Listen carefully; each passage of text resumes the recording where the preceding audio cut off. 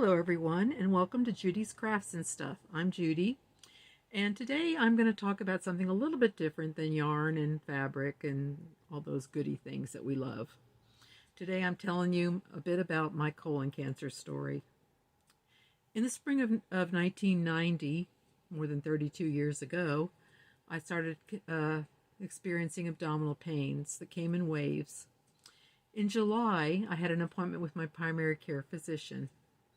He examined me and decided that there was nothing wrong because he could find nothing on his exam with his hands. He didn't prescribe any kind of blood test or x-rays or scans or anything else like that. He decided that I was seeking drugs. Now, I have never had a drug abuse problem. I have no interest in having a drug abuse problem. I've never even tried weed, although maybe I should have. But anyway, that's another long story. So anyway, he was my primary care physician, and I was a member of an HMO and could not go to another doctor without permission of the HMO, and I really didn't want to. But I kept calling his office and asking for help, and they kept refusing me, and things got heated, and I lost my temper, and he said he could no longer be my doctor. So I found another doctor. And then eventually it was November, and I was back and forth to the ER many times. They did scans and x-rays and so on and so forth.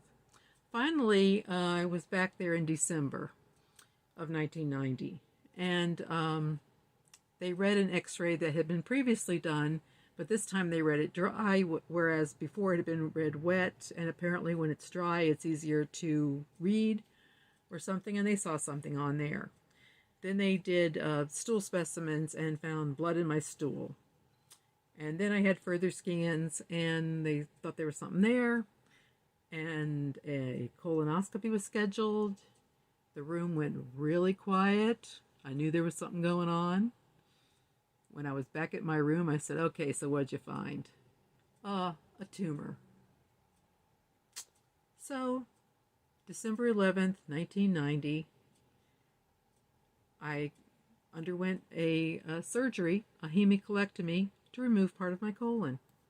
And then I was in the hospital for 3 weeks, recuperating, and I had a year of chemotherapy weekly. Weekly I had an IV, and every 3 weeks for 3 days, 3 times a day, I was given a pill called levamisole, which was an immune system modulator. Anyway, here I am today. At that point in time, in 1990, my cancer was staged as a Duke C, and my current gastroenterologist has confirmed that that is the same as stage 3.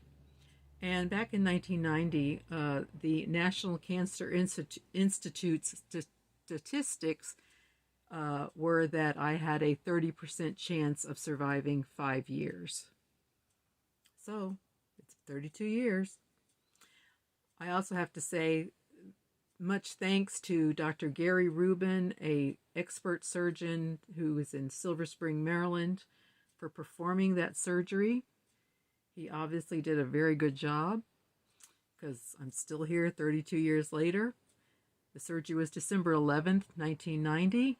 He is Jewish. It was the first night of Hanukkah, and he had to miss Hanukkah with his young children the first night of Hanukkah to do my surgery, because I was an add-on that day, and my surgery was at something like 5 p.m. and it went on into the wee hours of the morning. So anyway, I recently had a colonoscopy on November 30th, and for the very first time in 32 years, I actually had a small polyp removed, an adenoma, which would have become, in time, likely, an adenocarcinoma. And so the adenoma was removed, and I don't have to worry about that. So I'm here to say, if you have any need or thought that you might have a problem, go to your doctor immediately. In my case, this year, it took 6.5 months to get that colonoscopy scheduled. I had diverticulitis in May. It took from May to August 5th to get an appointment with the gastroenterologist, and from August 5th to November 30th to get the colonoscopy scheduled.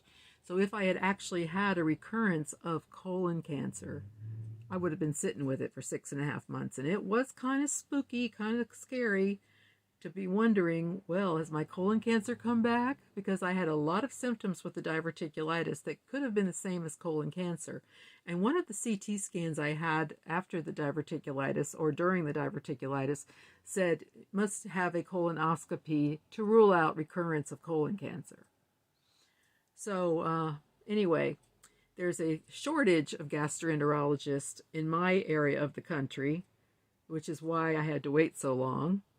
If anybody out there is studying to be a doctor, a gastroenterologist, please check out the Shenandoah Valley for coming to work.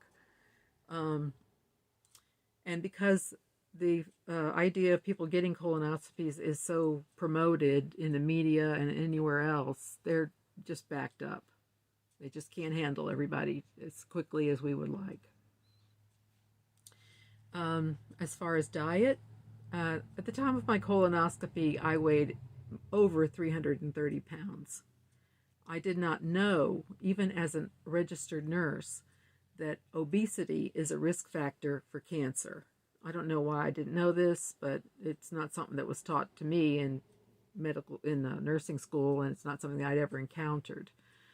The other thing is, doctors are sometimes not allowed to tell you things that might help you if they're not within the standards of care. For instance, garlic is an item that causes what's called apoptosis, which is self-destruction of tumor cells. When I spoke to an oncologist about that, a cancer specialist, he told me that he is not allowed to tell that to his patients because it is not within the standard of care. And if he started promoting things like that, that he could lose his license or be fined or all kinds of bad things. So anyway, I do eat a fair amount of garlic. It has to be eaten raw. It has to be crushed or chopped and left for 15 or 20 minutes to activate the active ingredient, which is called allicin. Now, I'm not promoting that for everyone, but I'm just telling you what I did. Also, I do not eat refined sugar or white flour anymore. It's totally out of my diet. For many years, I followed the ADA diet, the American Dietetic or Dietitian Association, and the diets that were on pieces of paper that would be given out to patients in doctors' offices. And the thing is, they always included some form of carbohydrates. Our bodies do not need carbohydrates. Our body makes as many carbohydrates as we need from food that we eat. Through a process called gluconeogenesis, our liver converts even protein into carbs, into sugar. We do not need to eat sugar. It's not a requirement. Perhaps for growing children, but not for adults. I also was diagnosed as diabetic in about 1992 and continued to eat carbs and take medication until I finally gave up the carbs and didn't have to have the medications for many, many years. And now I'm older, I'm over 70, and I've just this year started taking metformin, which is a medication for diabetes. So, but anyway, I'm not going to get off on that tangent.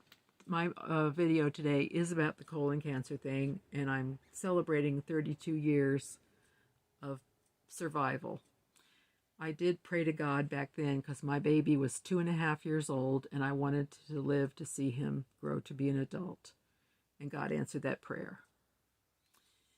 So anyway, all of you get your colonoscopies. I was 39 years old, not 45.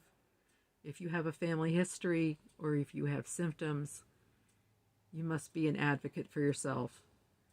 Get it scheduled, get it done. It can save your life. Thank you for watching, and you all have a great day. Next time I'll be talking about yarn and fabric, I promise. Thanks.